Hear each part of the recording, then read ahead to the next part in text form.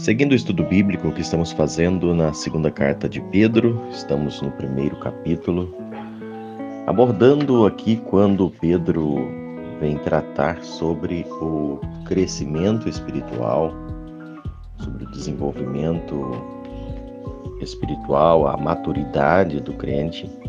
A partir do verso 5, Pedro vai falando algumas características que levam ao crescimento. E como nós falamos, uma característica sempre leva a outra. Na descrição de Pedro, nós falamos a fé e a virtude, lá no capítulo 5, no versículo 5, aliás, falamos da virtude e o conhecimento, falamos do conhecimento e o domínio próprio, falamos do domínio próprio e a perseverança, falamos da perseverança e da piedade.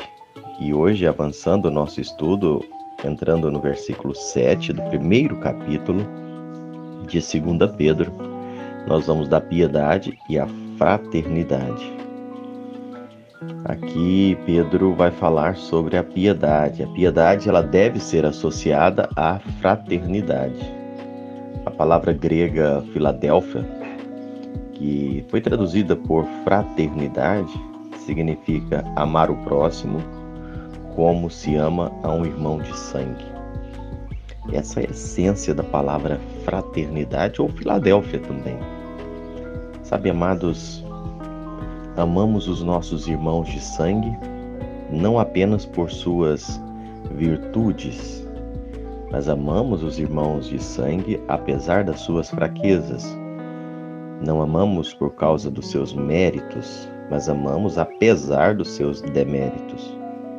É assim que devemos amar uns aos outros na igreja de Deus. Amar a Deus, amar aos irmãos como se ama um irmão de sangue, apesar das suas falhas, fraquezas. O escritor aos Hebreus, ele reforça que deve ser constante o amor fraternal. Você vê isso em Hebreus 13, o primeiro versículo. Devemos amar nossos irmãos, sejam quais forem as suas diferenças de cultura, classe, filiação eclesiástica, enfim. Devemos amar os nossos irmãos.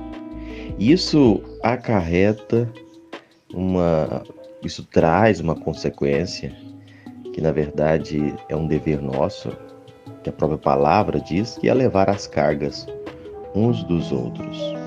Então, a piedade que nós estudamos aqui, ela deve ser associada com fraternidade. Mas o versículo 7, ele avança nessa ideia associando fraternidade ao amor.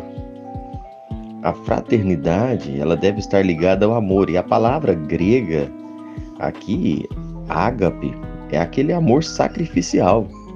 É um amor incondicional. Foi o mesmo amor que Jesus demonstrou na cruz. Da mesma forma. Olha que profundo, irmãos. Eu estudando isso aqui, eu estava meditando na profundidade desse amor.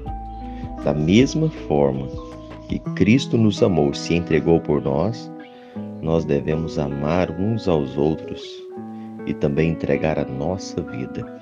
1 João 3,16.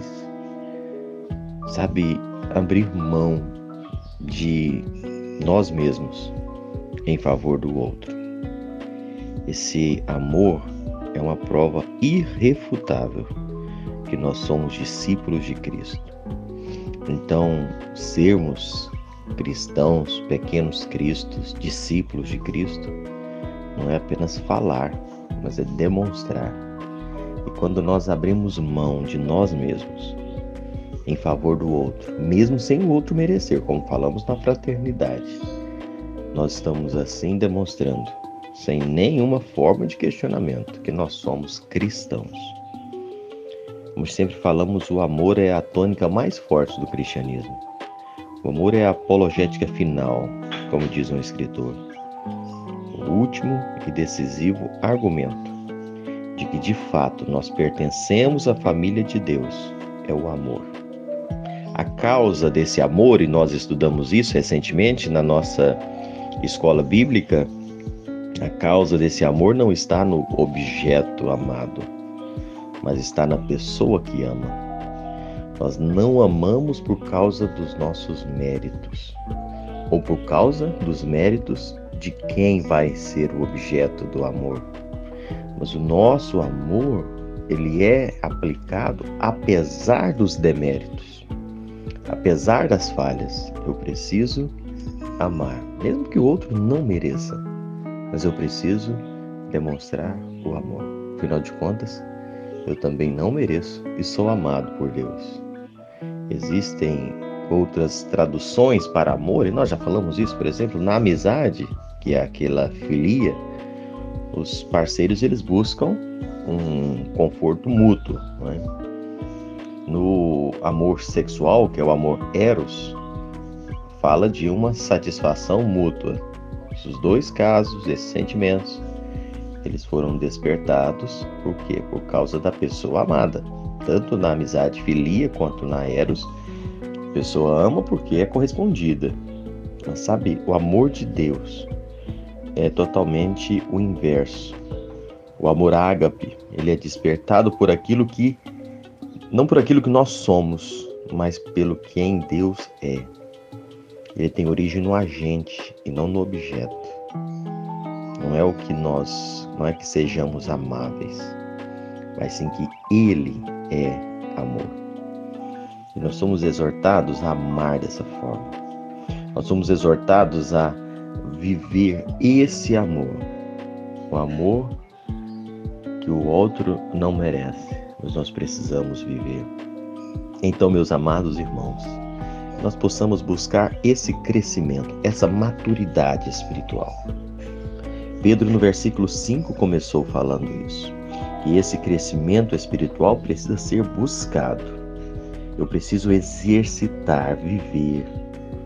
Falamos que nascer e crescer é fundamental.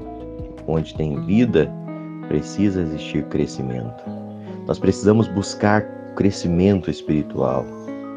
E nessa lista de virtudes que devem ser encontradas na vida cristã, nós temos um caminho seguro para o crescimento espiritual.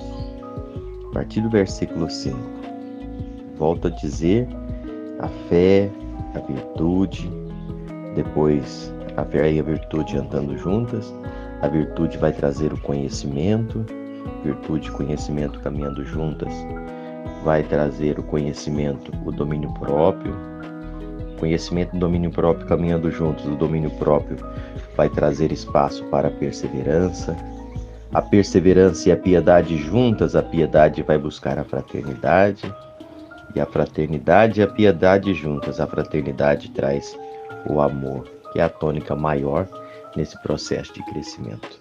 Deus nos abençoe, nos ajude a viver esse crescimento em busca da maturidade espiritual, que assim nós estaremos desenvolvendo a nossa fé, a nossa salvação e vivendo vidas que honrem e glorifiquem o nome do Senhor nosso Deus. Deus nos abençoe grandemente, em nome do Senhor Jesus.